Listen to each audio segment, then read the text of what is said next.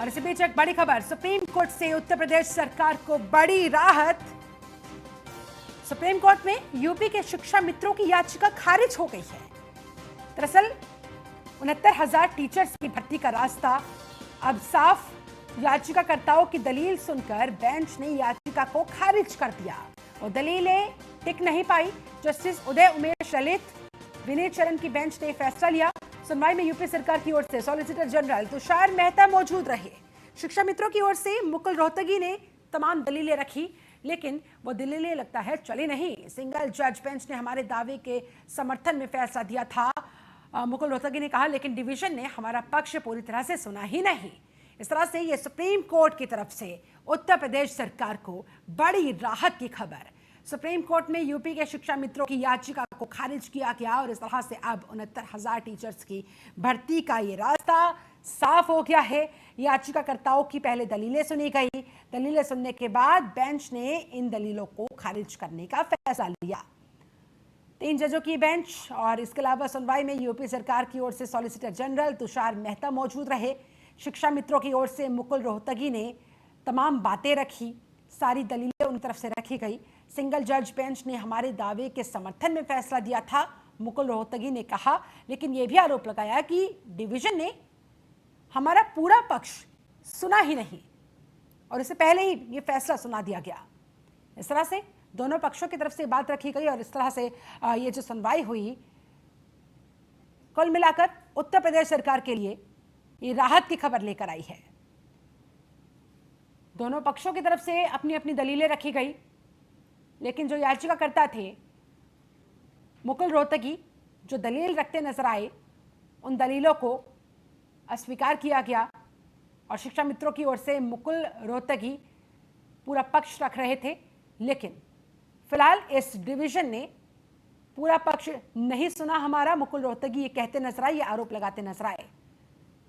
फिलहाल तो फैसला सुना दिया गया है और सुप्रीम कोर्ट की तरफ से इस फैसले के जरिए यूपी सरकार को ये बड़ी राहत मिली है। यूपी के शिक्षा मित्रों की याचिका को सुप्रीम कोर्ट ने खारिज कर दिया है। इस तरह से 69,000 टीचर्स की भर्ती का रास्ता अब कुल मिलाकर साफ होता हुआ नजर आ रहा है। जस्टिस उदय उमेश ललित, शांतनु गौड़ार और विनीत शरण की बेंच में ये फैसला हुआ है, ये सुनवाई हुई है। इस सुनवाई में उत्तर प्रदेश सरकार की तरफ से सॉलिसिटर जनरल तुषार मेहता उपस्थित नजर आए। सरकार की तरफ से पूरा पक्ष तुषार मेहता की तरफ से रखा गया, तो वहीं दूसरी तरफ याचिकाकर्ताओं की तरफ से पक्ष मुकुल रोहतगी ने रखा। फिलहाल इस फैसले के सामने आने के बाद यूपी सरकार को तो राहत मिली है, लेकिन मुकुल रोहतगी ने कहा है कि हमारा पूरा पक्ष सुना ही नहीं गया। सिंगल बेंच ने तो हमारे हक में, हमारे समर्थन में फैसला दिया था, लेकिन इस डिवीजन ने हमें पूरा पक्ष नहीं रखने दिया गया और इस तरह से बिना उसके ही ये फैसला सुना दिया गया। तो 3 जजों की इस बेंच में इस मामले को लेकर सुनवाई हुई और ये झटका याचिकाकर्ताओं के लिए और राहत की खबर यूपी सरकार के लिए। सिंगल जज बेंच ने हमारे दावे का समर्थन किया था और उस समर्थन में फैसला भी दिया था, लेकिन इस डिवीजन ने हमारा पक्ष पूरी तरह से सुना ही नहीं और इस तरह से कहीं ना कहीं वो ये सफाई पेश करते नजर आए शिक्षा मित्रों की जो याचिका खारिज हुई इस मसले पर।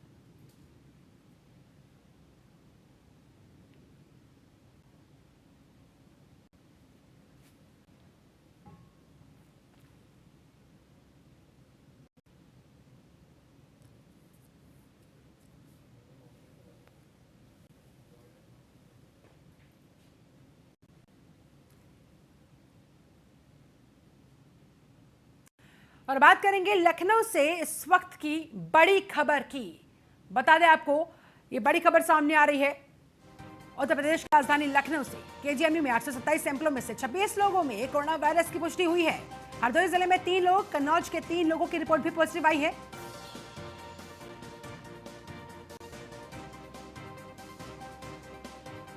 शाहजहांपुर के 4 मरीज, संभल के भी 2 मरीजों में पुष्टि हुई है कोरोना वायरस संक्रमण की।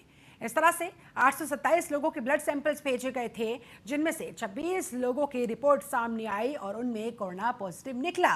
केजीएमयू में ये सैंपल्स भेजे गए थे, 827 सैंपल्स ये थे, 26 लोगों में कोरोना का संक्रमण बताया जा रहा है। और इस तरह से शाहजहांपुर के 4 मरीज, संभल के 2 मरीजों में कोरोना की पुष्टि हुई, अलीगढ़ के 7, उन्नाव के 4 मरीजों की रिपोर्ट कोरोना पॉजिटिव आई है। केजीएमई लैब में मुरादाबाद के भी 3 लोगों की रिपोर्ट कोरोना पॉजिटिव निकली।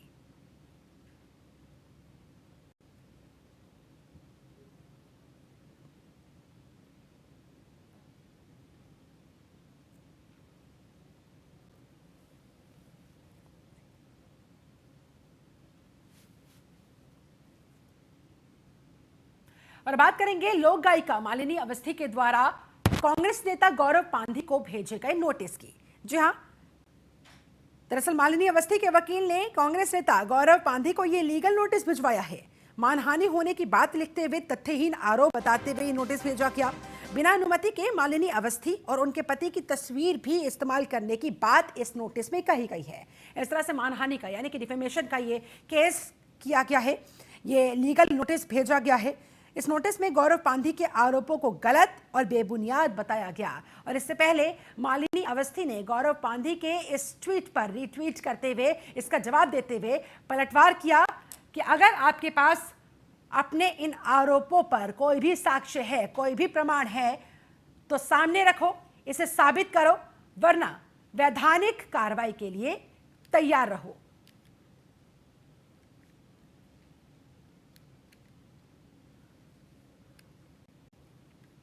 ये देखिए, ये वो ट्वीट है मालिनी अवस्थी का। उन्होंने पलटवार करते हुए लिखा, गौरव पांधी को यह जवाब दिया कि अपनी इस बात का प्रमाण दो या फिर वैधानिक कार्रवाई के लिए तैयार रहो। एक स्त्री के 48 सालों की मेहनत और उसके संघर्ष पर इस तरह से सवालिया निशान तुम नहीं खड़े कर सकते। इसके अलावा उन्होंने ये भी कहा कि मेरे पति एक ईमानदार और साफ छवि के व्यक्ति हैं और जो भी आरोप आपने लगाए हैं उन आरोपों पर या तो प्रमाण दो या फिर कानूनी कार्रवाई के लिए तैयार रहो। खबर अब मेरठ से। आज मिले कोरोना के 3 नए संक्रमित मरीज। जी हां, जिले में इस तरह से 340 के पार कोरोना संक्रमितों का आंकड़ा जा पहुंचा है। जिले की 82 साल की महिला ने कोरोना को यहां पर मात दी है। इस तरह से थोड़ी राहत भरी खबर और थोड़ी उम्मीद भरी खबर भी। 2 छोटे छोटे बच्चे ने भी कोरोना को हराया है। बच्चे के माता पिता भी क्वारंटाइन सेंटर में इस समय भर्ती है। मेरठ में अब तक 177 मरीज कोरोना से ठीक हो चुके हैं, यानी कि ये जो लोग ठीक होकर अपने घरों को लौटे हैं, ये अन्य तमाम कोरोना पेशेंट्स में एक उम्मीद की किरण जगाते हुए नजर आते हैं, एक भावना जगाते हुए नजर आते हैं कि वो भी अपना मनोबल ऊंचा रखे, वो भी कोरोना को मात दे सकते हैं। आज 5 और 7 साल की 2 छोटी छोटी बच्चियों ने कोरोना वायरस को मात दे दी, और वो भी इतनी छोटी उम्र है।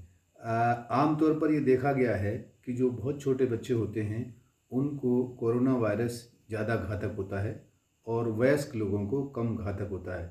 यहाँ पर इन दोनों बच्चियों ने कोरोना वायरस को पहले मात दी और इनकी दादी अभी भी मेडिकल कॉलेज में भर्ती है। मेरठ के लिए ये खुशखबरी है और हम उम्मीद करते हैं कि और अन्य बच्चों को भी जल्दी ही कोरोना वायरस से मुक्ति मिलेगी। आज 5 और 7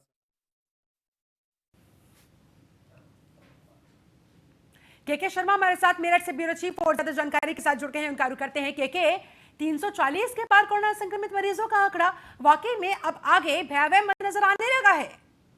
जी, और इसीलिए डीएम अनिल ढींगरा ने यहाँ पर संपूर्ण लॉकडाउन हफ्ते में 2 दिन का लगाया और आज गुरुवार को एक संपूर्ण लॉकडाउन लगाया है। अगर हम मंडल में बात करें तो मंडल में सबसे ज्यादा 1000 के करीब मेरठ का आंकड़ा पहुंच चुका है, 1000 का, लेकिन वहीं पर रिकवरी रेट भी 63.6 के करीब है। आपको बता दें जो रिसेंटली अभी लोग मिले हैं उसमें पीएससी फॉलोअर की पत्नी और 2 बेटे भी कोरोना से संक्रमित हुए हैं। ये कुल 3 लोग कल का डेटा है, लेकिन साथ ही साथ पीएससी की जो रेजिडेंशियल कॉलोनी है उसमें भी कोरोना संक्रमित लोगों की मिलने की संख्या बढ़ती रही है। वहीं पर मैं आपको बता दूं कि 29 अप्रैल से लेकर 20 मई तक यहाँ पर 102 से 29 अप्रैल को 102 मामले थे और 20 मई को 349 मामले हो गए। अब आप लगा सकते हैं कि मात्र 20 दिन में 200 के करीब यहाँ पर मरीज मिले, यानी कि कुल मिलाकर 340 बेशक से आंकड़ा पहुंच गया हो, लेकिन रिकवरी रेट भी यहाँ पर काफी अच्छा अच्छी बताई जा रही है। इस तरह से थोड़ी राहत की खबर मेरठ से जरूर आ रही है। लेकिन आज जो 3 नए केसेस सामने आए हैं उनके बारे में क्या डिटेलिंग मिल पा रही है? कौन है ये लोग, कहां से संक्रमित हुए, कैसे संक्रमित हुए? जी, ये एक पीएससी फॉलोअर है, उनकी पत्नी और 2 बेटे हैं जो कोरोना संक्रमित हुए हैं और इन लोगों में 15 पीएससी के जवानों में कोरोना संक्रमित निकले थे, तो उनकी ये रिपोर्ट कल आई है। अब अभी तक पीएससी के जवानों में ही कोरोना संक्रमण मिल रहा था, लेकिन अब उनकी फैमिली में भी पहुंच गया, तो ये बात थोड़ी सी चिंता की बात है। लेकिन इसी बीच एक अच्छी बात ये भी कि यहाँ पर मेरठ में लोग संक्रमित हो रहे हैं, नए नए केसेस सामने आ रहे हैं, लेकिन साथ ही साथ रिकवरी रेट भी यहाँ पर अच्छा बताया जा रहा है। खबर लखनऊ से, महिलाओं के आर्थिक स्वावलंबन के लिए सीएम योगी आदित्यनाथ की पहल की बात करते हैं। कोरोना आपदा के बीच ग्रामीण क्षेत्रों में महिलाओं के लिए ये पहल की गई। मास्क समेत सिलाई, कढ़ाई, पत्तल, मसाले जैसे उत्पादों के लिए सहायता प्रदान की गई। ज्यादातर प्रवासी कामगारों और श्रमिकों के परिवार वालों की ये महिलाएं हैं, ग्रामीण क्षेत्रों में रहती हैं। स्वरोजगार और स्वावलंबन को बढ़ावा देने का लक्ष्य रखा गया है इस पहल के पीछे। ग्रामीण आजीविका मिशन के तहत 31,938 महिला स्वयं सहायता समूहों को ये सहायता प्रदान की गई। स्वयं सहायता समूहों को मुहैया कराया गया 218 करोड़ 50 लाख का रिवॉल्विंग फंड। इस योजना से दरअसल उम्मीद की जा रही है कि 38,25,649 परिवारों को सीधे तौर पर फायदा पहुंचेगा। उन्हें एक तरीके से ये एक मजबूती दे पाएगा। इन स्वयं सहायता समूहों में बड़ी संख्या में वंचित समाज की महिलाएं भी शामिल है। 196 वनटांगिया, 2477 मुसहर, 366 थारू जनजाति की महिलाएं स्वयं सहायता समूहों को ये जो सहायता प्रदान की गई है, सीधे तौर पर इन महिलाओं को भी ये सहायता मिल पाएगी, ये मदद मिल पाएगी। अवनीश विद्यार्थी हमारे साथ एग्जीक्यूटिव एडिटर और ज्यादा जानकारी के साथ जुड़ गए हैं। अवनीश जी, ये जो कदम योगी सरकार की तरफ से उठाया गया स्वयं सहायता समूहों को मदद करने का, 218 करोड़ की जो धनराशि आज दी गई है, ऑनलाइन ट्रांसफर की गई है, किस हद तक इन महिलाओं को स्वावलंबित बना पाएगी? चलिए, खासतौर पर इस अवसर में जब कोरोना वायरस के दौर से लॉकडाउन की प्रक्रिया के नाते सोशल डिस्टेंसिंग मेंटेन करने का काफी सारा दबाव है और इस भी बिजनेस काफी प्रभावित हुआ है। कहीं ना कहीं अलग अलग इस तरह के जो भी स्ट्रक्चर्स हैं, चाहे स्वयंसेवी सहायता समूह हो या श्रमिक हो या इस तरीके से मजदूर हो, उनके वर्गों को लाभान्वित करके सरकार नीचे के स्तर तक पैसा पहुंचाना चाहती है कि जो लोग उद्योग व्यापार अपने दम पर करना चाहते हैं, ऐसे लोगों को सरकार की मदद मिले, सब्सिडी मिले, सहायता मिले, ताकि वो दोबारा अपने पैरों पर खड़े हो पाएं। और इन परिस्थितियों से निकलने के लिए इसीलिए योगी सरकार ने पूरा एजेंडा बनाया जाए। कुछ बैंकों के बड़े पैमाने पर उत्तर प्रदेश में गृह वापसी की जा रही है, बल्कि दूसरी तरफ इस बात की कोशिश हो रही है कि जो लोग उत्तर प्रदेश आ गए हैं उनको किस तरीके से रोजगार दिया जाए। और बाकायदा सरकार 20 लाख से ज्यादा लोगों को रोजगार देने की रोडमैप पर काम भी कर रही है। उसमें दूसरी तरफ पहले से एग्जिस्टिंग एजेंट, चाहे एमएसएमई सेक्टर में काम करने वाले लोग हों या रेडी हों, पटरी पर काम करने वाले मजदूर हों, इन सभी को मदद करने की सरकार अलग अलग तरीके से कोशिश कर रही है। उसी कड़ी में इस तरीके के जो स्वयं सहायता समूह थे उनको मदद करने का प्रयास जो है वो राज्य सरकार की ओर से मुख्यमंत्री के माध्यम से किया गया है। ठीक है, बहुत शुक्रिया आपका अवनीश विद्यार्थी हमारे साथ जुड़ने के लिए, इस पूरी बातचीत के लिए, जानकारी के लिए। इस तरह से ग्रामीण क्षेत्रों में रहने वाली इन महिलाओं को खासतौर पर ये मदद पहुंचाने की कोशिश मुख्यमंत्री योगी आदित्यनाथ ने सीधे तौर पर इनमें से कई महिलाओं के साथ संपर्क साधते हुए बातचीत की, उनसे उनकी बात भी जानी, किस तरह से ये राशि उन्हें मदद पहुंचा पाएगी और किस तरह से वो अभी भी कोरोना के इस महासंकट काल में काम कर रही है। उनका हौसला बढ़ाते हुए कहा कि सरकार आपकी मदद के लिए हर समय खड़ी हुई है, बस आपको अपने मनोबल का गिरने नहीं देना है और इसी इच्छा शक्ति के साथ, दृढ़ता के साथ काम करते जाना है। अच्छे अच्छे उत्पाद बनाइए, सरकार आपकी पूरी मदद करेगी। यूपी सरकार की मदद से लखीमपुर खीरी और सिद्धार्थनगर में महिलाएं पीपीई किट्स भी बना रही हैं। पीपीई किट बना रही महिला स्वयं सहायता समूहों को रिवॉल्विंग फंड भी भिजवाया गया। महिलाओं के आर्थिक स्वावलंबन के लिए इस तरह से मुख्यमंत्री योगी आदित्यनाथ की सरकार के द्वारा ये बेहद सराहनीय पहल। कोरोना आपदा के बीच ग्रामीण क्षेत्रों में महिलाओं के लिए ये मदद सरकार की तरफ से मास्क समेत सिलाई, कढ़ाई, पत्तल, मसाले जैसे उत्पादों के लिए सहायता दी गई है, ताकि कहीं भी इस तरह का कोई भी काम रुके ना। फाइनेंशियल अगर क्राइसिस की वजह से ऐसे संस्थानों को दिक्कत परेशानी आती है तो उसके लिए सरकार दिन रात खड़ी हुई है। मदद हर संभव तरीके से सरकार की तरफ से की जा रही है और ऐसा ही कुछ इस पहल के जरिए भी होता हुआ नजर आया। 218 करोड़ 50 लाख की धनराशि ऑनलाइन ट्रांसफर की गई। इस योजना से 38,000 से भी ज्यादा परिवारों को सीधे तौर पर फायदा पहुंचेगा और इन ग्रामीण क्षेत्रों में रहने वाली ज्यादातर महिलाएं इन्हीं परिवारों से बिलोंग करती है। वीडियो कॉन्फ्रेंसिंग के माध्यम से इन्हीं महिलाओं से सीएम योगी आदित्यनाथ ने संवाद किया, इन्हें प्रोत्साहित किया। सीएम योगी ने कहा कि अच्छे उत्पाद बनाइए, सरकार आपकी पूरी मदद करेगी। और अच्छी बात यह है कि लखीमपुर खीरी में और सिद्धार्थनगर जिले में महिलाएं बड़ी संख्या में पीपीई किट्स बना रही है, जो इस समय देश में सबसे ज्यादा डिमांड में है। जहां कोरोना योद्धाओं को ये पीपीई किट्स फिर सप्लाई की जाती है।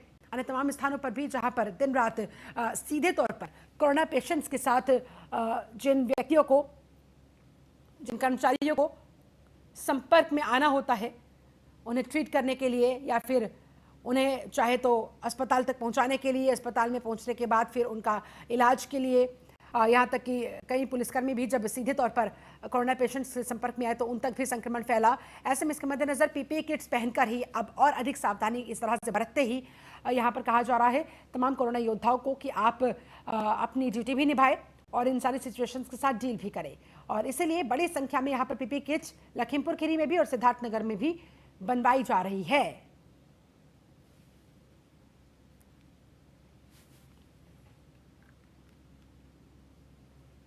वहीं अयोध्या में राम जन्मभूमि परिसर में समतलीकरण किया जा रहा है। जमीन समतलीकरण के दौरान यहां पर प्राचीन मूर्तियां भी मिली। खुदाई के दौरान देवी देवताओं की खंडित मूर्तियां यहां पर बरामद हुई हैं।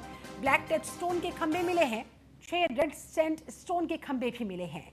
कई प्राचीन खंभे और दूसरी चीजें यहां पर मिलने की खबर तेजी के साथ फैली। राम जन्मभूमि तीर्थ क्षेत्र के महामंत्री चंपत राय ने खुद इस बात की पुष्टि की। दरअसल पिछले 10 दिनों से लगातार कई जेसीबी मशीनों के माध्यम से और कई मजदूरों के साथ सोशल डिस्टेंसिंग का पालन करते हुए यहाँ पर खुदाई का काम चल रहा था। दरअसल यहाँ पर समतलीकरण का काम जोरों शोरों से किया जा रहा है और उसी काम के दौरान ये खंडित मूर्तियाँ सामने आई हैं, कई प्राचीन खंभे मिले हैं। अयोध्या में राम जन्मभूमि तीर्थ क्षेत्र में इस परिसर में ये सारे सामान बरामद हुए। खबर सीतापुर से कोरोना वॉरियर्स का फूल मालाओं के साथ यहां पर सम्मान किया गया। L1 अस्पताल खैराबाद में दोनों महिलाएं ड्यूटी कर रही थी और इसी दौरान उन्हें वहां पर सम्मानित किया गया। खैराबाद में दरअसल कई कोरोना पॉजिटिव जमाती मिले थे। घर आने पर क्षेत्र के लोगों ने फूल मालाओं के साथ उनका स्वागत किया। ये देखिए तस्वीरें आपके सामने, किस तरह से इन कोरोना वॉरियर्स को यहाँ पर सम्मानित किया गया।